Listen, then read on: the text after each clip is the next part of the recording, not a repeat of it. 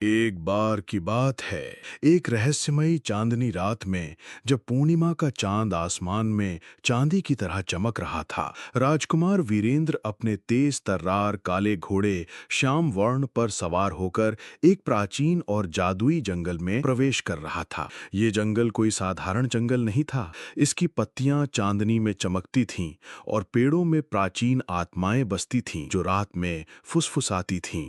हवा में एक ठंडी सिहरन थी और जंगल की खामोशी को उल्लुओं की रहस्यमयी आवाजें, पत्तियों की सरसराहट और कभी-कभी दूर से आने वाली रहस्यमयी दहाड़ तोड़ती थी। वीरेंद्र एक पौराणिक खजाने चंद्र रत्न की तलाश में था, जिसके बारे में कहा जाता था कि ये जंगल के सबसे गहरे हिस्से में एक प्राचीन मंदिर में छिपा है।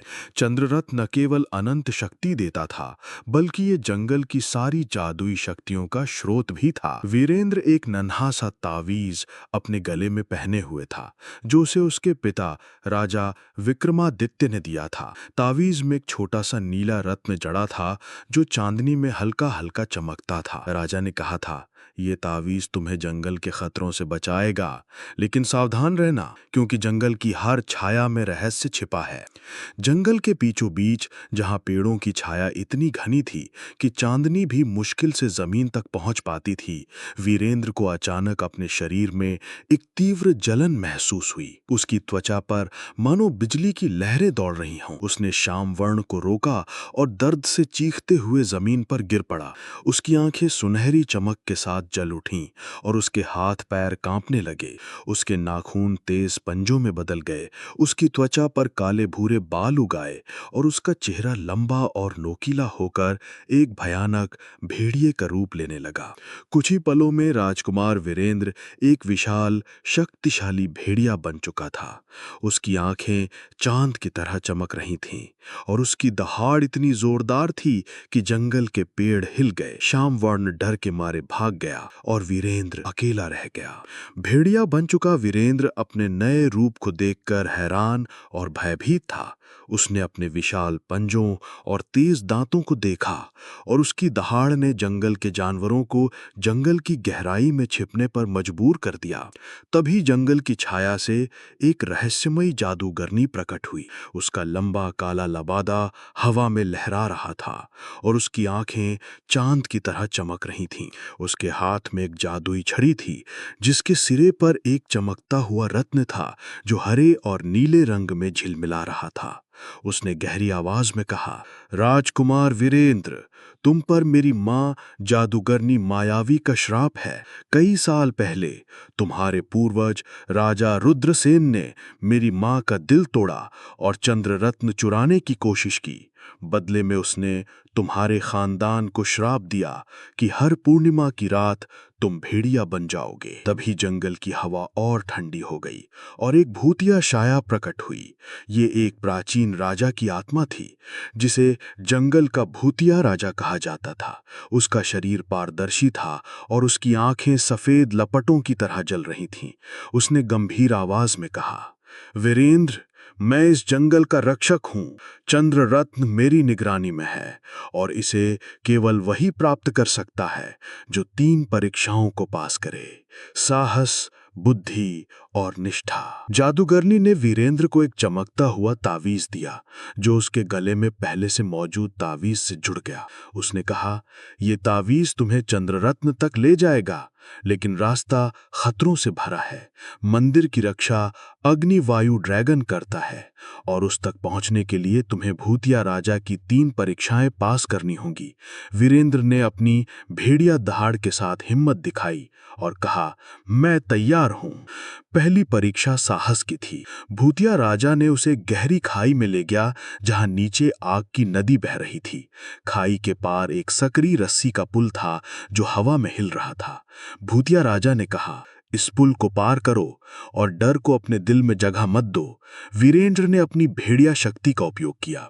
उसने अपने तेज पंजों से रस्सी को पकड़ा और तेज हवाओं के बीच संतुलन बनाते हुए खाई पार कर ली। भूतिया राजा ने मुस्कुराते हुए कहा, तुमने साहस की परीक्षा पास कर ली। रास्ते में वीरेंद्र को एक जादुई चील मिली, सूर्या, सूर्या के पंख सुनहरे थे और उसकी आंखें सूरज की तरह चमकती थीं। उसने कहा, मैं जंगल की प्राचीन आत्मा हूं और तुम्हारी मदद करूंगी। अग्नि वायु ड्रैगन का अभिमान उसकी कमजोरी है, लेकिन रास्ते में और भी खतरे हैं। सूर्या ने वीरेंद्र को एक जादुई पंख दिया जो उसे उड़ने की शक्ति दे सकता था। उसने ये भी बताया कि जंगल में भूतिया भेड़ियों का एक झुंड है जो चंद्ररत्न की रक्षा करता है। दूसरी परीक्षा बुद्धि की थी। भूतिया राजा ने वीरेंद्र को एक जादुई दलदल में ले गया जहां पेड़ों की जड़ें जिंदा थीं और हर आने जाने वाले को जकड़ लेती थीं।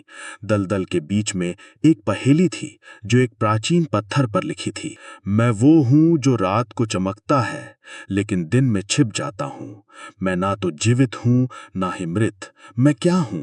वीरेंद्र ने सोचा और अपनी मानव बुद्धि का उपयोग किया। उसने जवाब दिया, चांद।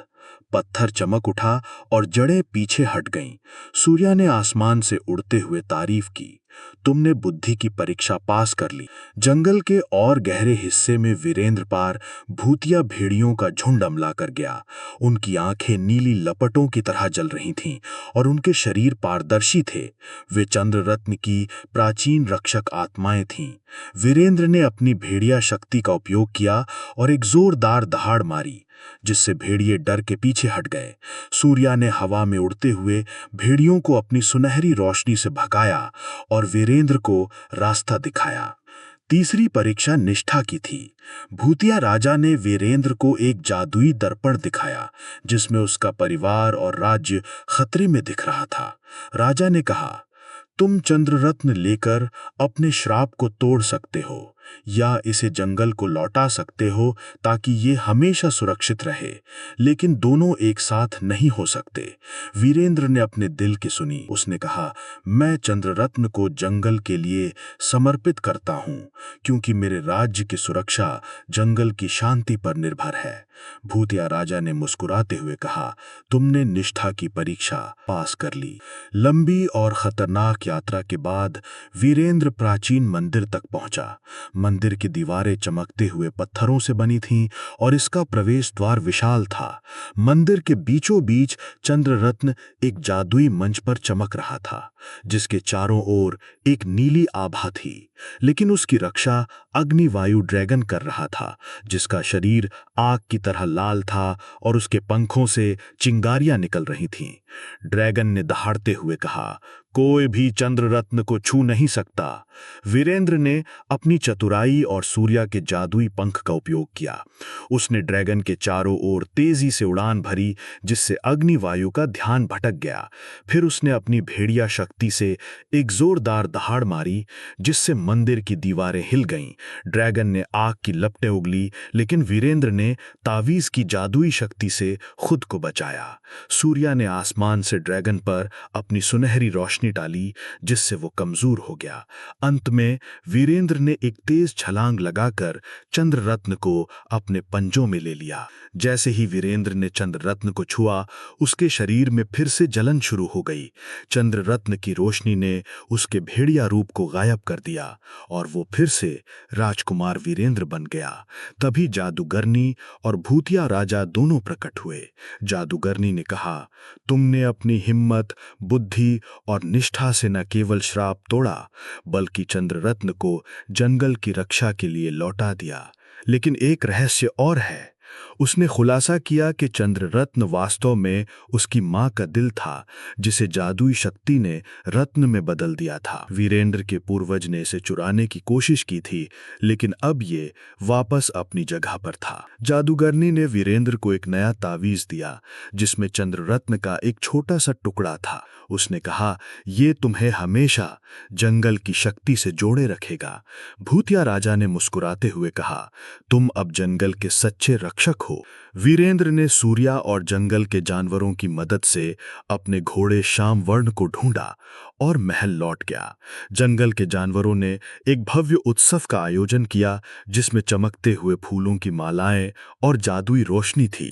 सूर्या आसमान में उड़ते हुए सुनहरी चमक बिखेरे और जंगल के जानवरों ने वीरेंद्र को अपना हीरो माना। वीरेंद्र ने चंद्ररत्न को मंदिर में एक जादुई मंच पर स्थापित किया ताकि जंगल हमेशा सुरक्षित रहे। उसने अपनी कहानी अपने राज्यवासियों को सुनाई और चंद्ररत्न की शक्ति को जंगल की रक्षा के लिए समर्पित कर दिया। जंगल में फिर से खुशहाली छा गई और हर पूर्णिमा की रात को सूर्या महल के ऊपर उड़ती थी। ये सुनिश्चित करने के लिए कि जंगल और राज्य दोनों सुरक्षित रहें।